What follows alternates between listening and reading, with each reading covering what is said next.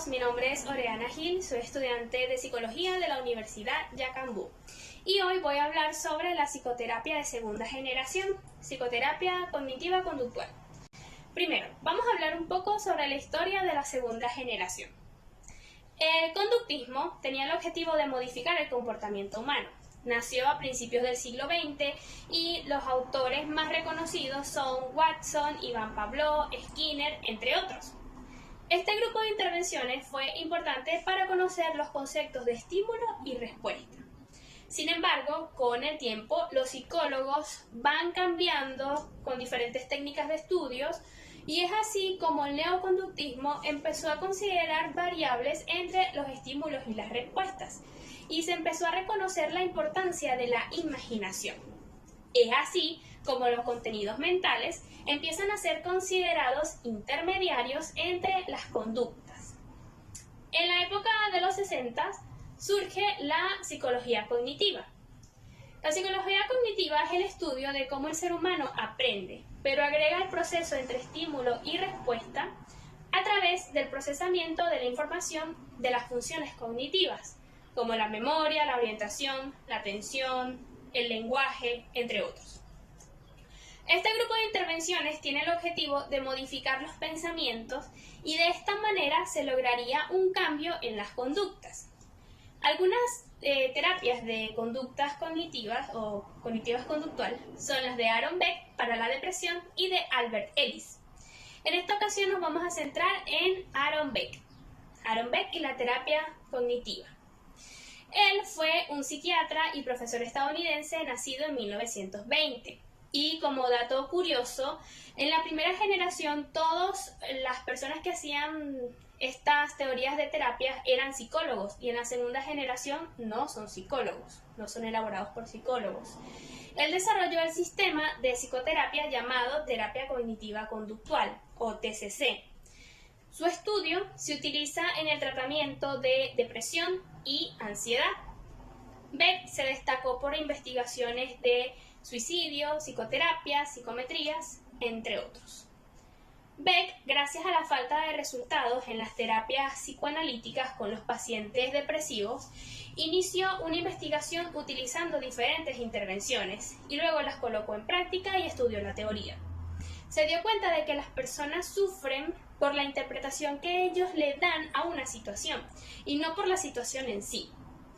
Para tratar a personas con depresión, se dio cuenta de que los pacientes respondían de manera más efectiva con técnicas dirigidas y si se hablaba con la persona de forma consciente, se servía para poder tratar el trastorno de manera rápida y eficaz. La teoría de Beck afirma que existe una clara relación entre los pensamientos de la persona, la creencia, lo que piensa de sí misma, la manera de ver la vida y sus problemas, con las emociones, sentimientos y también influye en la reacción conductual ante ciertas situaciones. ¿Cómo es la organización cognitiva según Beck? Pues cuando hay un evento o situación, el individuo emite una respuesta automática.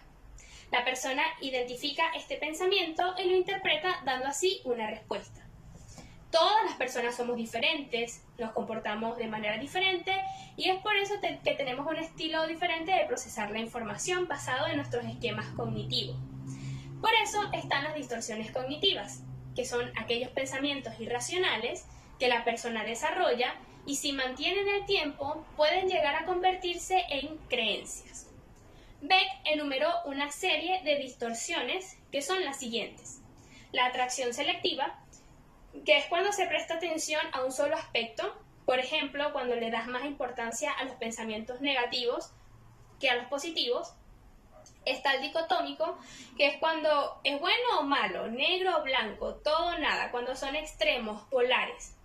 La interferencia arbitraria, que es cuando saca conclusiones que no son ciertas y que no están apoyadas en hechos, pero aún así la persona piensa que sí que sí son así. La minimización, que es cuando la persona minimiza los pensamientos positivos, pero expande los negativos.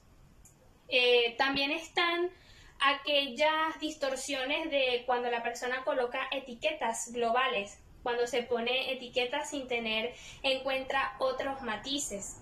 de culpabilidad cuando se culpa a sí mismo, se toma toda la responsabilidad de la situación e ignora otros factores que puedan haber contribuido en el problema.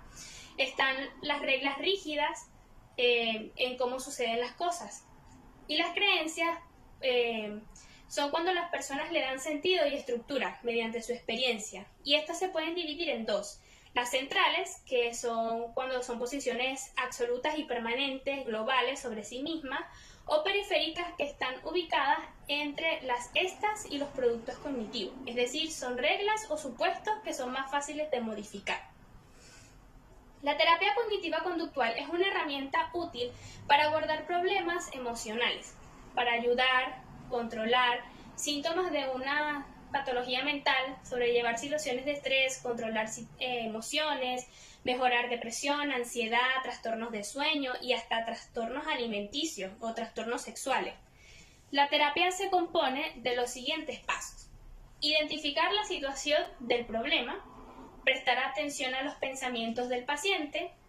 El paciente debe identificarlos, saber cuáles son los pensamientos negativos, cambiar esos pensamientos negativos. La duración de la terapia por lo general no es más de 20 sesiones, pero siempre va a depender del tipo de situación, la gravedad, los síntomas, la rapidez en que la persona va mejorando, etc. Vamos a ver el siguiente ejemplo de un señor llamado Juan, que tiene 40 años de edad, casado, que vive con su hija. Tuvo un nuevo proyecto laboral, se fue a vivir a otra ciudad, emprendió, pidió un préstamo al banco, pero en unos meses el negocio no dio frutos, se retrasó en los pagos del préstamo del banco, se la pasaba trabajando lleno de estrés, de deudas, y de un momento a otro acude a consulta porque afirma que perdió el interés sobre algunas actividades que antes le gustaban, se siente irritado, perdió el apetito, tiene pensamientos de desesperanza, sensaciones de culpa, dificultades para conciliar el sueño. También menciona que tiene pensamientos de fracaso, etc. Un ejemplo de esto es que el paciente dice que no va a ser capaz de remontar el negocio y que solamente toma malas decisiones. Como vemos, en este plan de tratamiento se quiere ayudar al paciente con la conducta problemática, que en este caso es la dificultad para conciliar el sueño, desde la perspectiva cognitiva conductual, con el objetivo de identificar los pensamientos desadaptativos, disminuir las tensiones mentales, físicas y analizar las situaciones. Se implementan las técnicas de higiene de sueño, terapia de control de estímulos y el entrenamiento de relajación. Y se divide en el número de las sesiones que el terapeuta estime conveniente. Muchas gracias por su atención.